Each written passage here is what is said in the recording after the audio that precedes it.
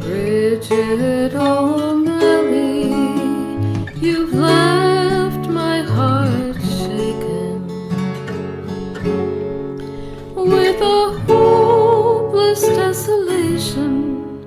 I'd have you to know it's the wonders of admiration your quiet face has taken,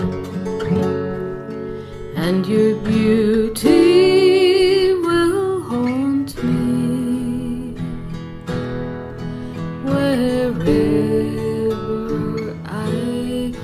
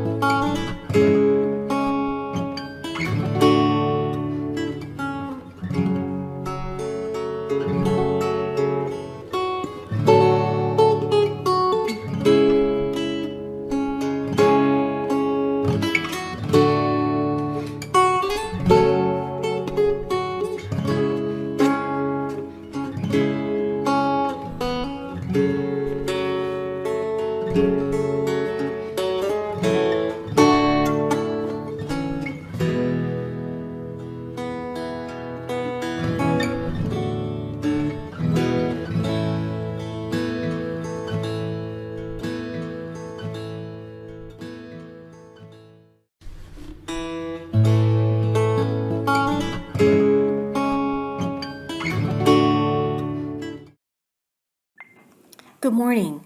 Welcome to the Unitarian Universalist Church of Tippecanoe County, located in West Lafayette, Indiana. We are a welcoming congregation, offering acceptance and encouragement to all, and embracing people of all walks of life, people of religious and non-religious backgrounds. We are strengthened by being together, by working toward our common vision, and by teachings from around the globe. You are welcome here. I'm quoting from the book, Growing a Beloved Community Now. We are happy you are with us. We gladly share with you everything that strengthens this congregation, and we stand with you against anything that will injure or weaken it. We believe that membership in our beloved community will enrich and enlarge your life as well as ours. We want your gifts. We offer you our gifts. Know well that in our membership, you are truly accepted to come as you are and to grow who you wish to be. Good morning and welcome to the Unitarian Universalist Church of Tippecanoe County. My name is Reverend Rosemary Morrison, and it has been my pleasure to serve this congregation for 2.5 years and for a couple of more months. I will be with you in body and spirit, and then I will be away for a couple of months and just be with you in spirit as I will be on holidays for June and July. And I end with you on July 31st of this year. We will be having some celebration times together, one in May and one in July, and I am looking forward to those times of being able to formally say goodbye. So stay tuned for those opportunities for us to share and celebrate our time that we have had together.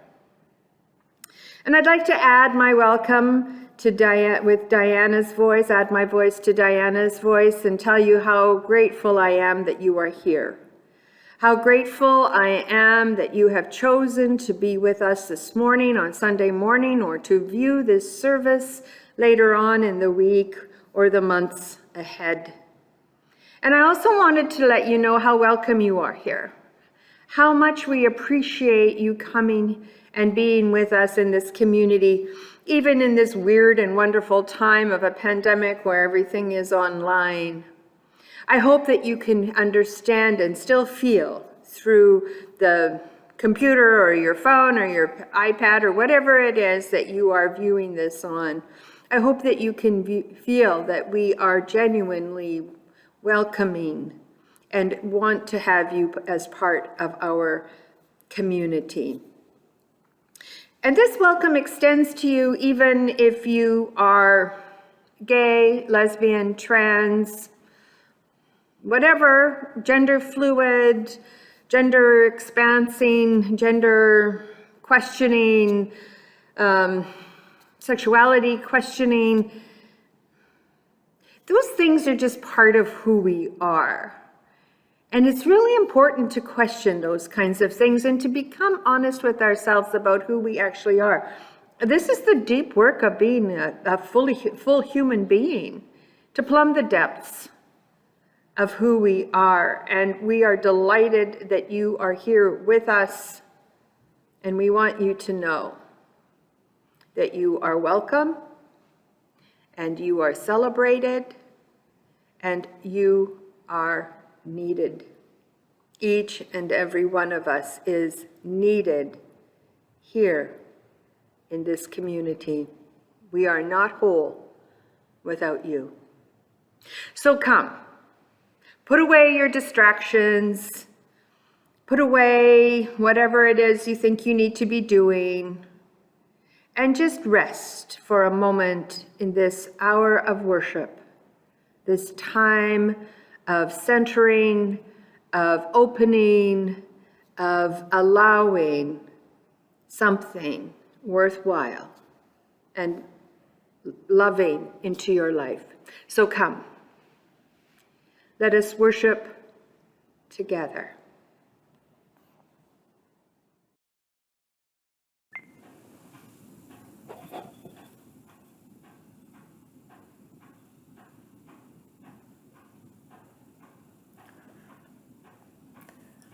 We light our chalice this morning with these words by Eric A.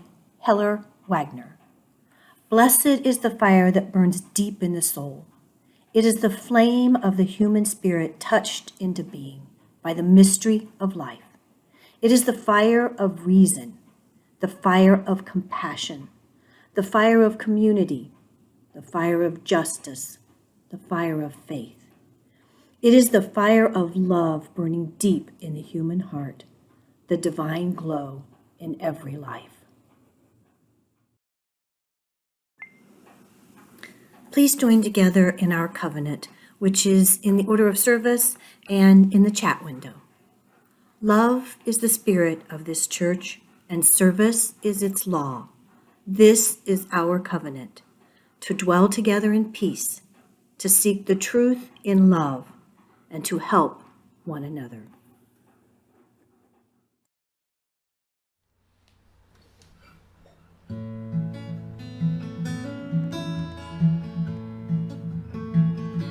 When darkness holds you and you can't find a way, and hopelessness seems to surround you, take this candle.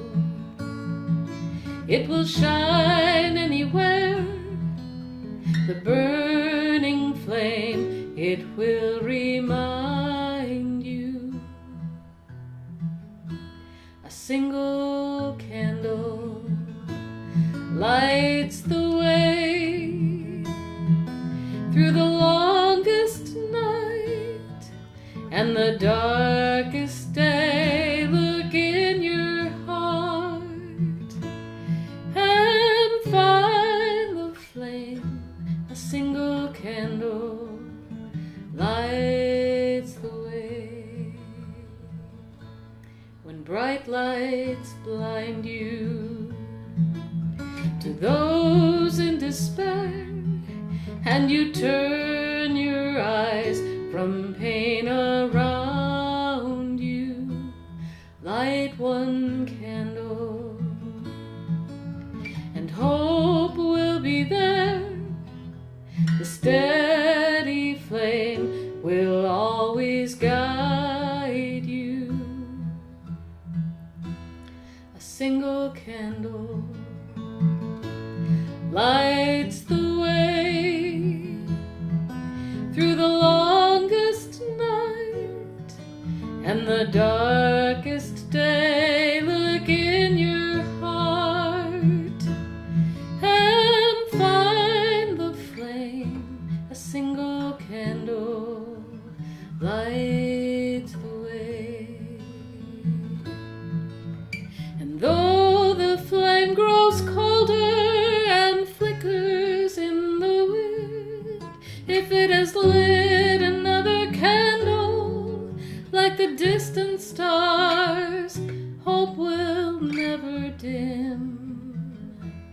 A single candle lights the way through the longest night and the darkest day. Look in your heart and find the flame. A single candle lights the way. A single candle lights the way.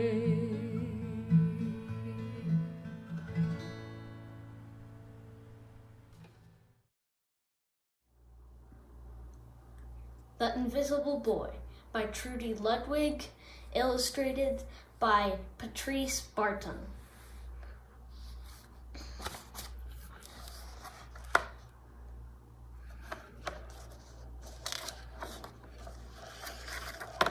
The Invisible Boy by Trudy Ludwig, illustrated by Patrice Barton.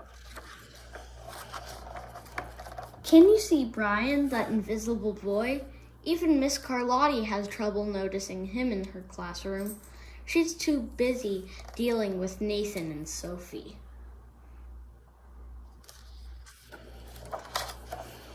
Nathan has problems with what Miss Carlotti calls volume control.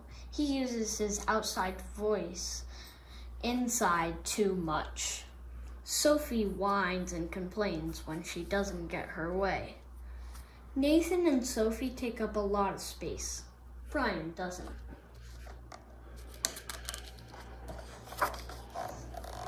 When the bell rings for recess, Mitchell, Micah and JT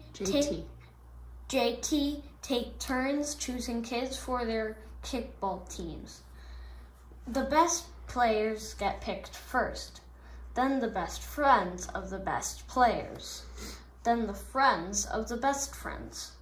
Only Brian is left, still waiting and hoping.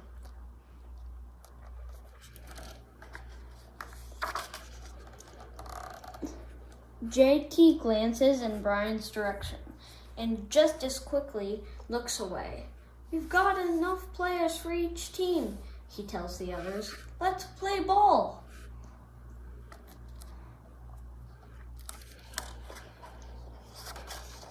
In the cafeteria, Madison and her friends talk about her birthday party. "The rope swing over the pool was awesome," says JT.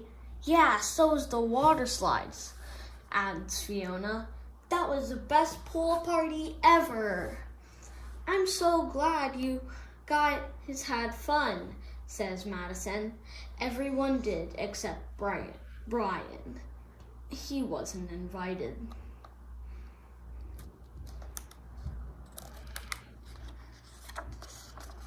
At choosing time, while the other kids played board games and read, Brian sits at his table, doing what he loves to do best. He draws fire-breathing dragons scaling tall buildings. Thank you for toasting my marshmallow. Space aliens locked in intergalactic battles. I got you now. Greedy pirates digging for treasure. Crackers are? Yay! And superheroes with the power to make friends wherever they go. Hi! Hi, friends. Have a cookie.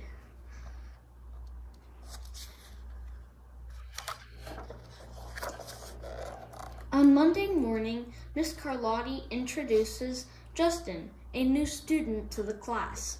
Brian smiles shyly at him. Some of the other kids sneak looks at Justin, trying to figure out if he's cool enough to be their friend. They haven't quite made up their minds yet.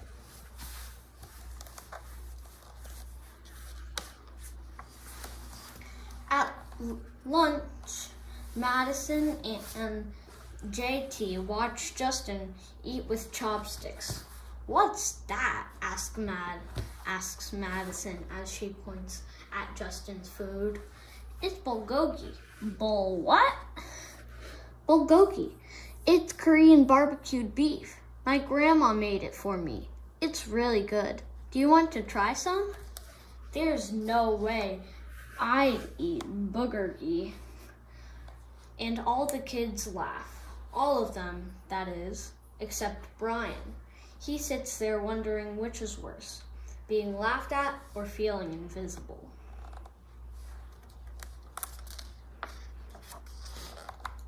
The next day, when Justin goes to his cubby to put away his backpack, he notices a piece of paper with his name on it. Justin, I thought the bulgogi looked good. Brian. Yum!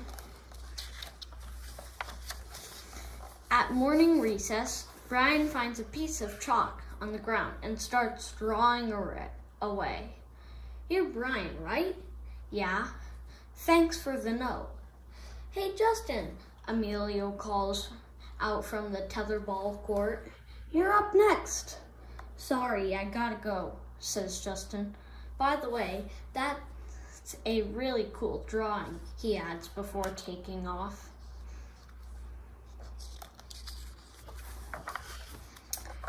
Back in class, Miss Carlotti asks the kids to team up in 2s or 3s for a special project.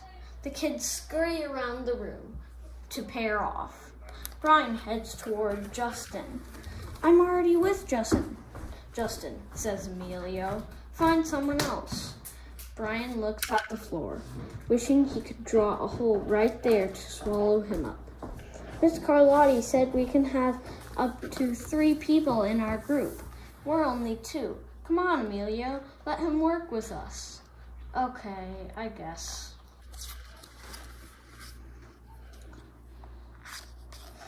Miss Carlotti gives the class directions for the project. Your assignment is to work together to write a story about what you see in that photograph. Whoa, cool, says Emilio. What kind of people do you think live in houses like that? I don't know, but I bet Brian could draw them to go with our story, says Justin. Brian smiles as he takes out his lucky pen.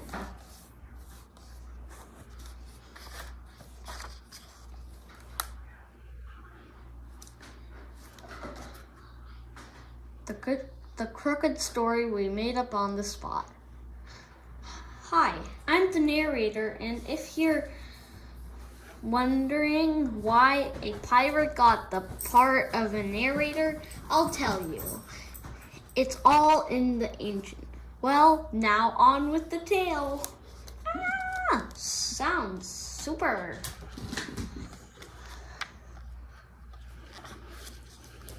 It's lunchtime again. Brian's least favorite part of the day. Another 20 long minutes of kids talking and laughing with everyone else but him. Brian, he hears someone shout. Hey, Brian, over here. Brian turns and sees Justin waving him over. Emilio nods at Brian as he makes room for him at the table. Maybe, just maybe, Brian's not so invisible after all. Cookie? Thanks.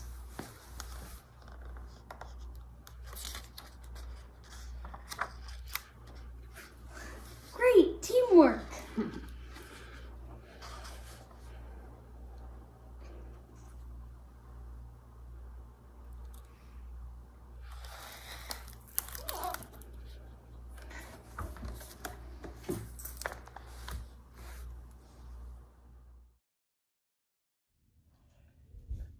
This song is titled We'll Build a Land. It's number 121 in our charcoal hymnal, so please join us in singing.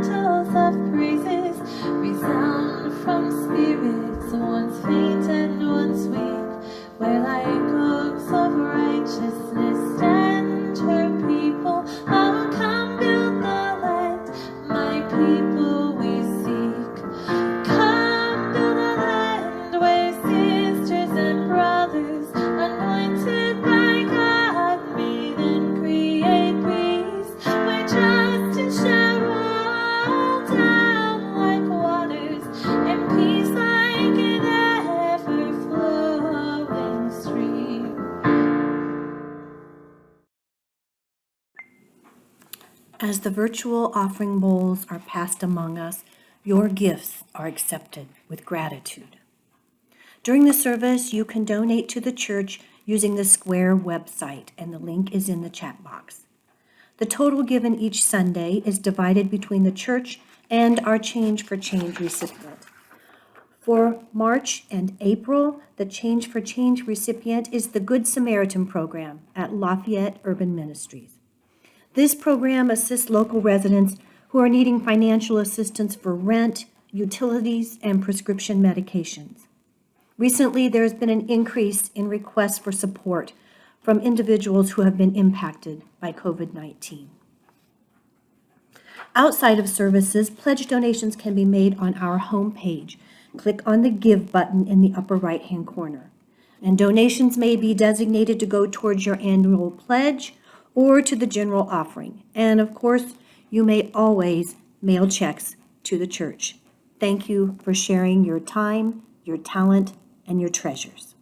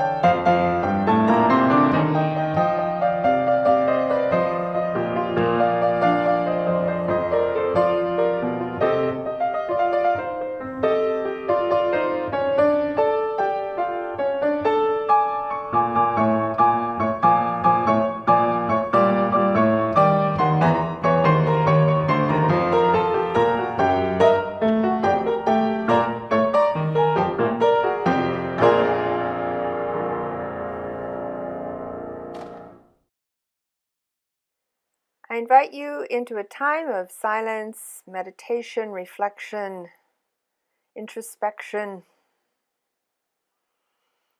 And to prepare ourselves, I invite you to put away all your distractions,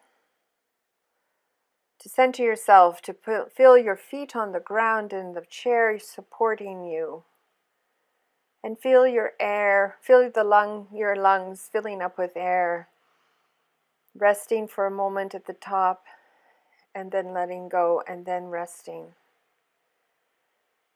I invite you to think about your breath, focusing in on it.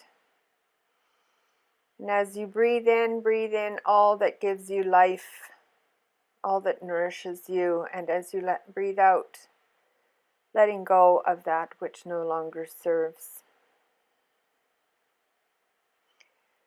Breathing in and out, focusing in on that breath, feeling it coming into your body, and then letting it go.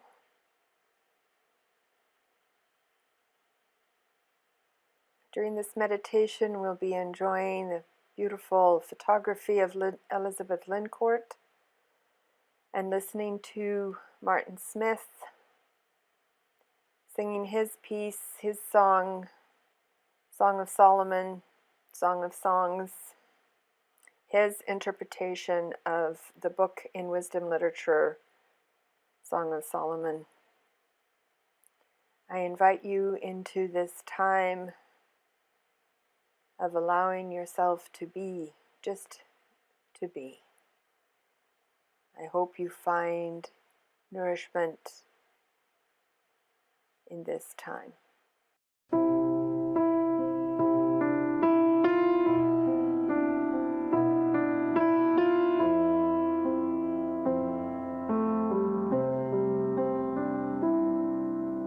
When I feel the cold of winter and this cloak of sadness, I need you.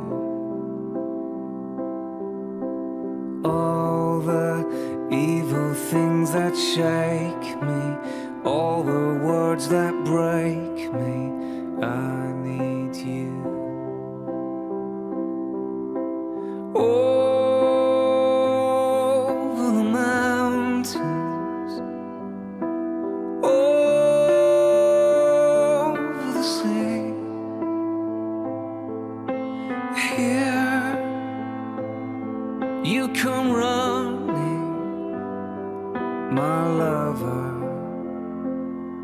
to me.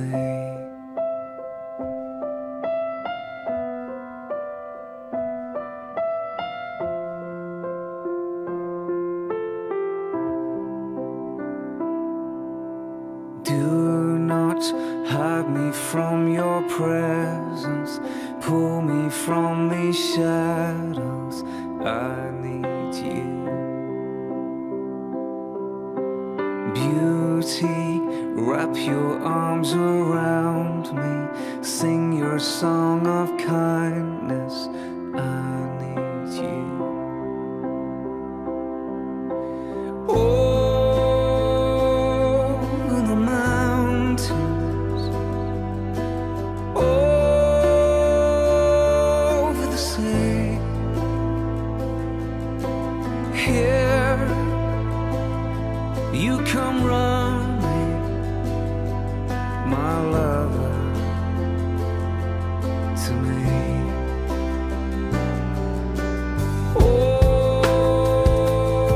Through the valleys, through the dark of night, here you come running to hold me till it's light, yeah. Over the mountains, over the sea, here you come running, my lover, to me, yeah. Through the valleys, through the dark of night, here you come running to hold me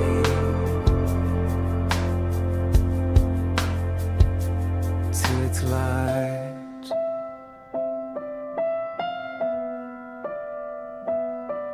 Na, na, na, na, na, na, na.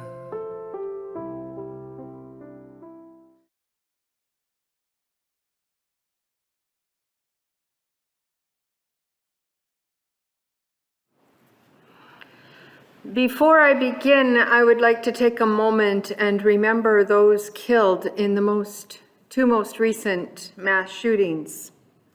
One in Atlanta on March 16th. On this day and in 3 different locations, 8 people were killed and 1 person was critically injured.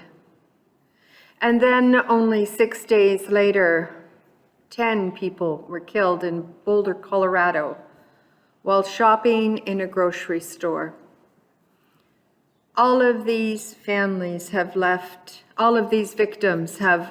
families and friends, one an 8-month-old baby, or younger, I think, and they are all bereaved by this preventable tragedy. I invite you now to take a moment. Let's mourn with the rest of the world for this tragic loss of lives taken by this unnecessary and unspeakable violence.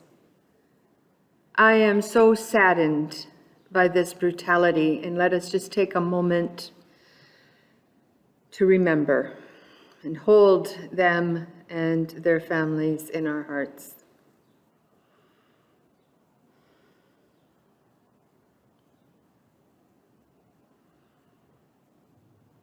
Amen.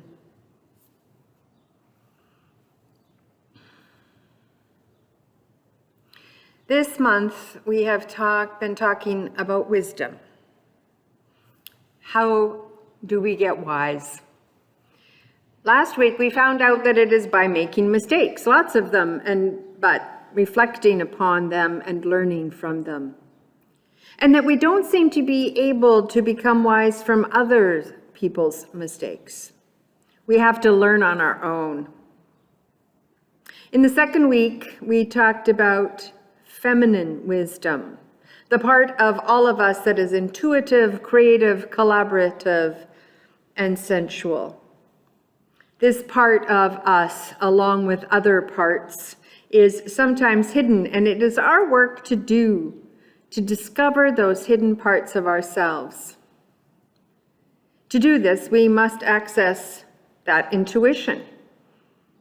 It helps us figure out what is in our subconscious. It's kind of counterintuitive, isn't it? We have to use our intuition to strengthen our intuition if we wish for it to help us in our lives. We also talked about how this wisdom is often portrayed in goddess worship and in the concept of Hagia Sophia, or holy wisdom. Today I'm going to share with you one of my favorite things, wisdom literature. I know, it's part of the Bible.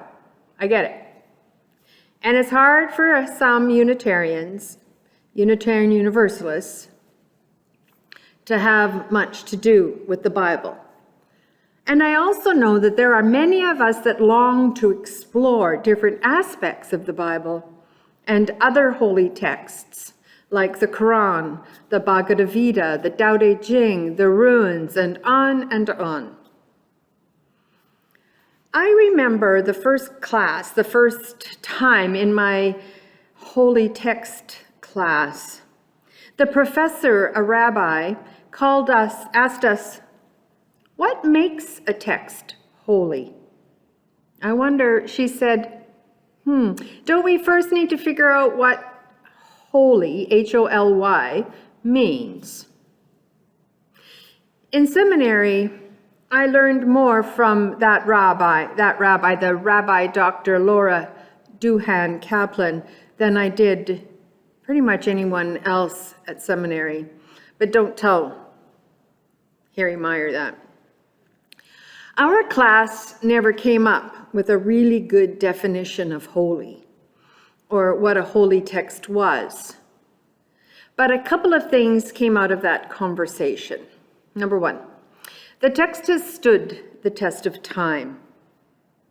Two, it has been used through the ages by those who are looking for wisdom and looking for answers. Three, people may have used those passages during worship or ritual. And I think mostly it is holy if those that are reading and studying the text believe it to be. And to be honest, I don't personally know what makes something holy or divine or sacred. Perhaps that is something that must be decided by each and every one of us, and for us alone or through our traditions, maybe collaboratively, we decide when something is sacred. Our chalice, for example, is sacred to many. Wisdom literature. Let's dive in, shall we? When biblical scholars talk about wisdom literature, they are talking about several books of the Hebrew Bible. And I use the term Hebrew Bible rather than Old Testament because in my mind and from what I have learned, the Hebrew Bible stands alone. It is not part of a two-part canon. The Hebrew Bible is quite separate. Proverbs, Ecclesiastes, Job, and Song of Solomon make up wisdom literature. And some people think some of the Psalms as well. What sets these books apart from all other parts of either the Hebrew Bible or the New Testament is the absence of allegory or all of the thou shalts. Rather, they are examples of ancient Near East literature. And there are similarities between these writings and other writings of the time in the different regions. For example, in Egypt, Babylonia, and Mesopotamia. For example, Proverbs 22 is based on the Egyptian instruction of Amenopope.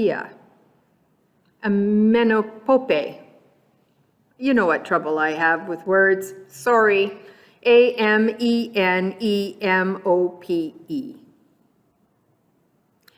And it was believed this book this part was believed to be an educational piece for young men about to enter service in the royal Egyptian court.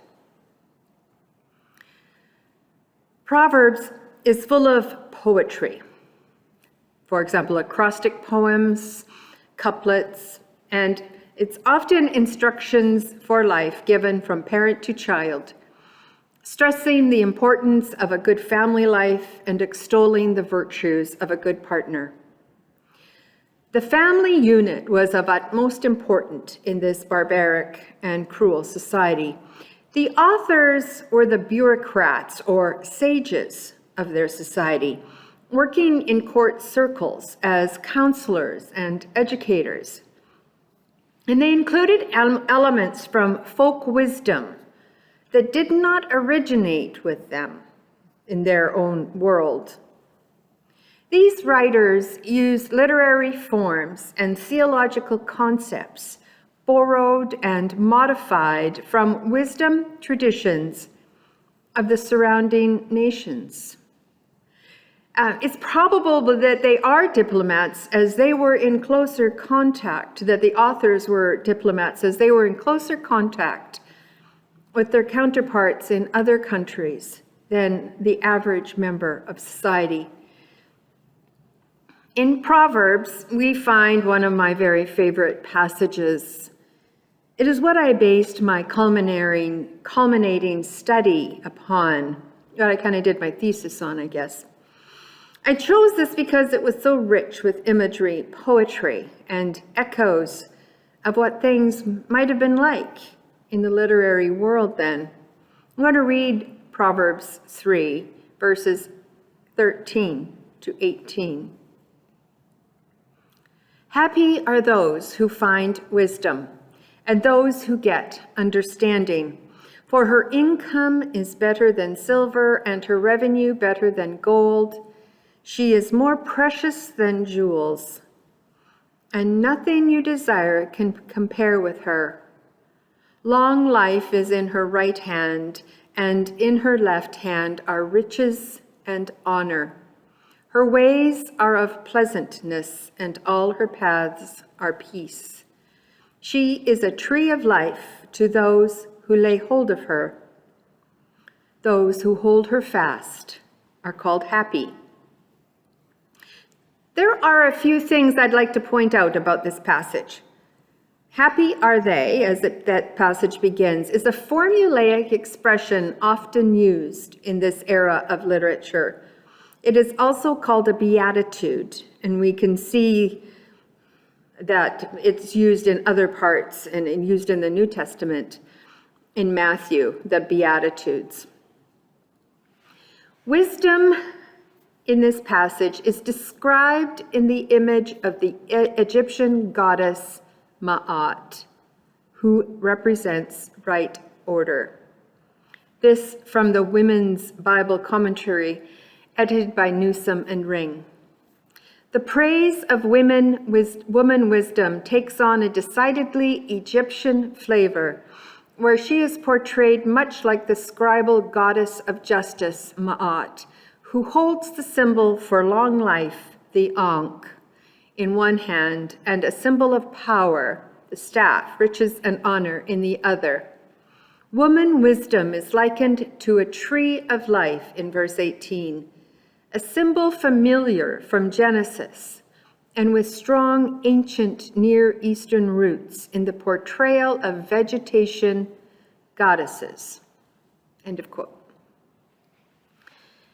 Wisdom literature isn't all about Egyptian goddesses, though. Much of Proverbs is written out as instruction to the sons of the family, especially warning them of the perils of strange women. I especially like this passage, written from a father to his son. Go to the ant, you lazy bones, consider its ways and be wise. Without having any chief or officer or ruler, it prepares its food in summer and gathers its sustenance in harvest. How long will you lie there, O lazy bones? When will you rise from your sleep?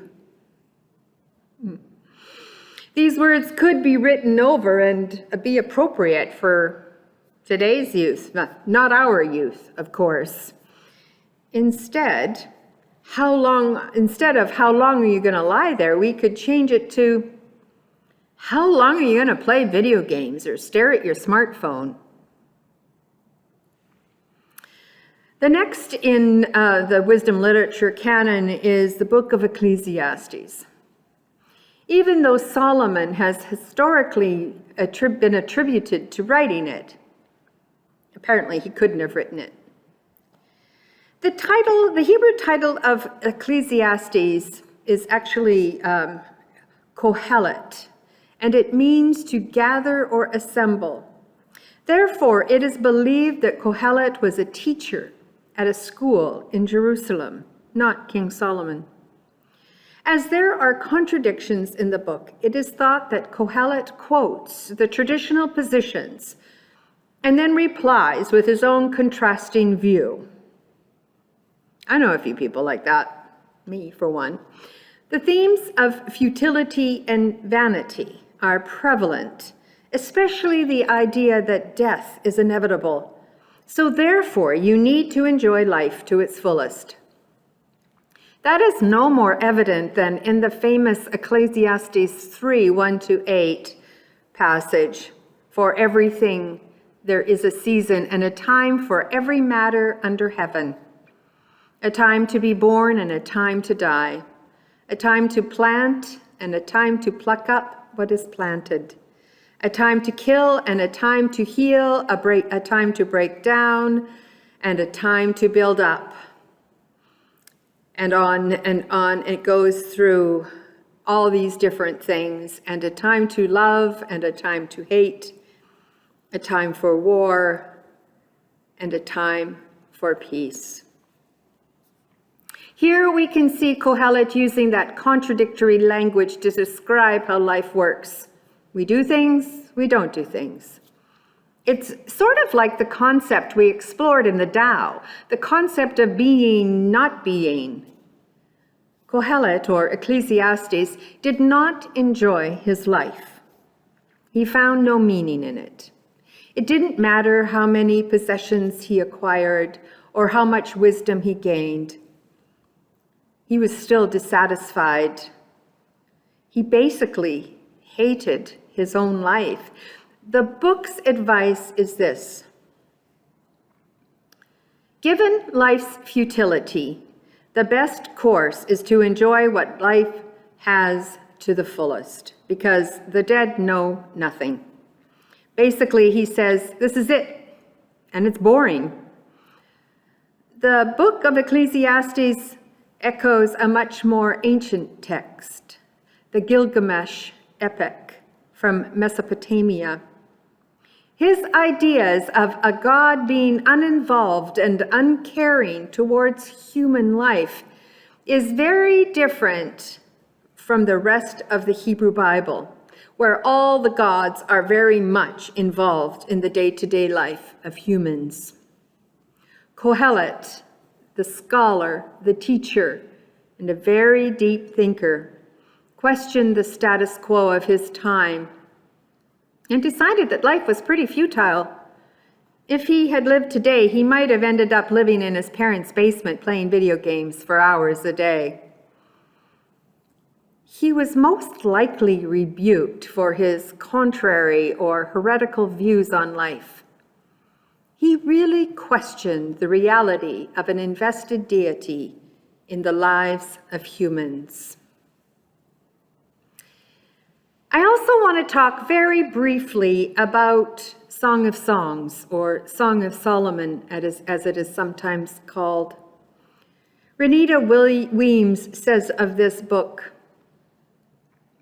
readers attempting to read the Song of Songs for the first time are invariably astonished to discover that sexually provocative language and imagery can be found in the Bible. Contained in the 8 brief chapters of this little red book are some very titillating, romantic speeches between a woman and her suitor. Their exchanges about their love, passion, desire, and longing for each other can hardly be matched by classical secular romance writings.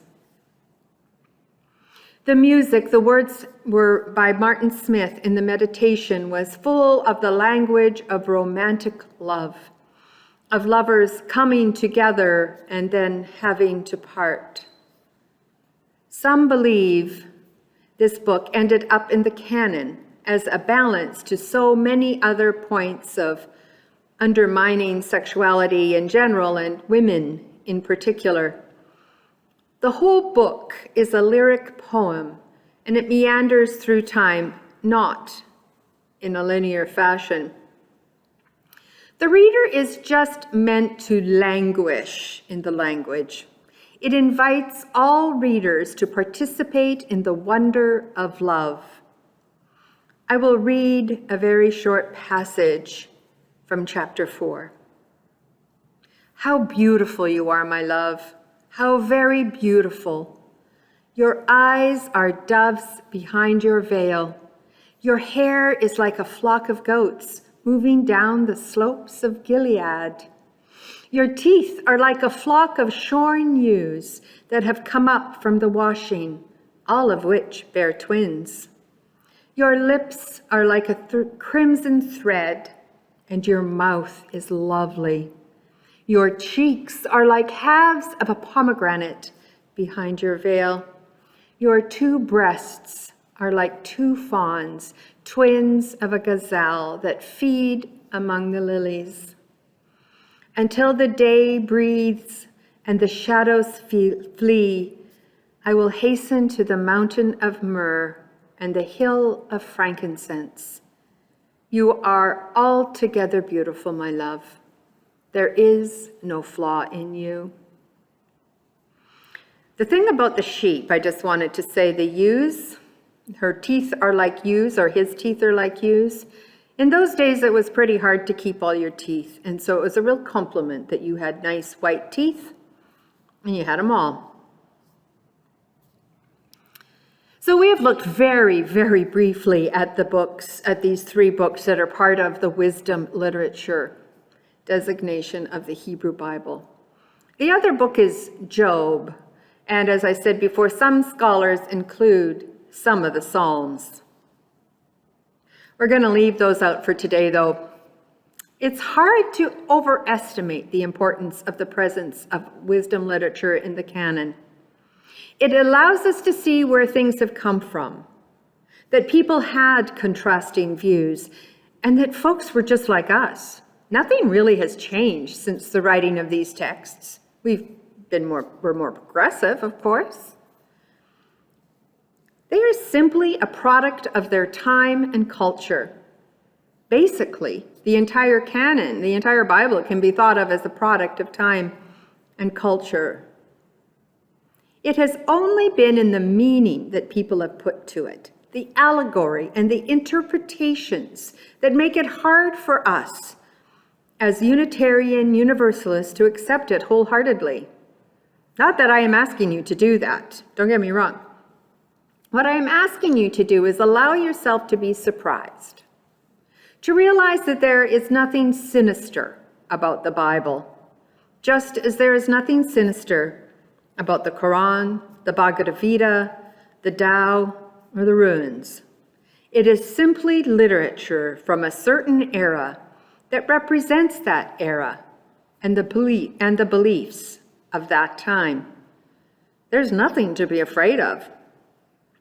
I'm of course not suggesting you go to seminary or become a biblical scholar, and I'm not suggesting that I should quote scripture more often. I'm not going to.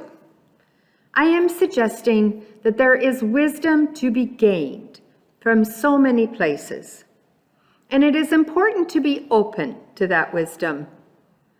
And what is the message for us today? That life is exciting and boring. It's full of love and devoid of passion. That symbols are shared between cultures and centuries. We are simply human, and we have had the same struggles that humans have had ever since there were humans. Back then, they engaged in literature, just as we do now. And if we are wise, we will be open to whatever wisdom has in store for us.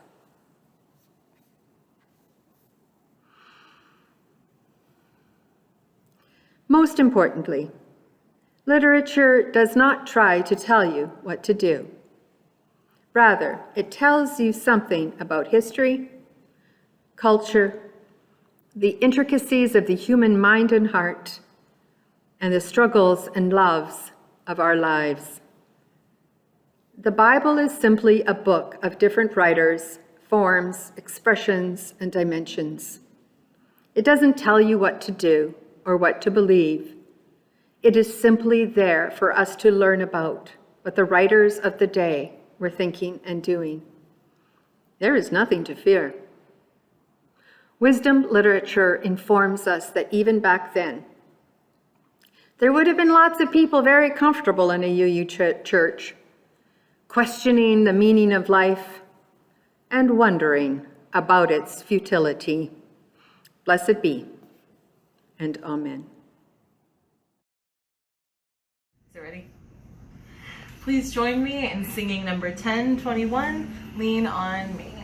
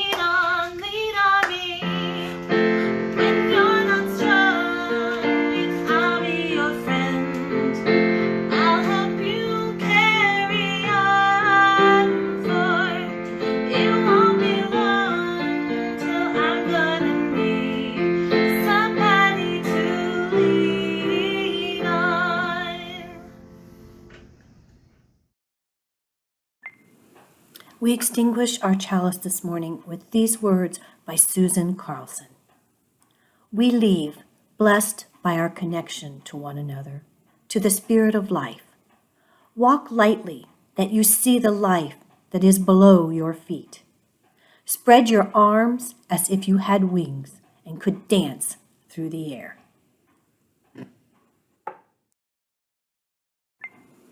Before Reverend Rosemary shares this morning's benediction, I just want to remind you to please stay at this URL for coffee and conversation and for a special welcome to those who are visiting with us this morning. Hope to see you there. Thank you. And now, as we come to the end of our service, I would like to thank everyone that participated in and contributed to this service. And thank you to the production team as well. And most importantly, to the production team. They put a lot of work in behind the scenes. So thank you very much for your expertise. And now I offer you words of benediction. Do not be dismayed by the brokenness of the world. All things break, and all things can be mended, but not with time, as they say. It's with intention.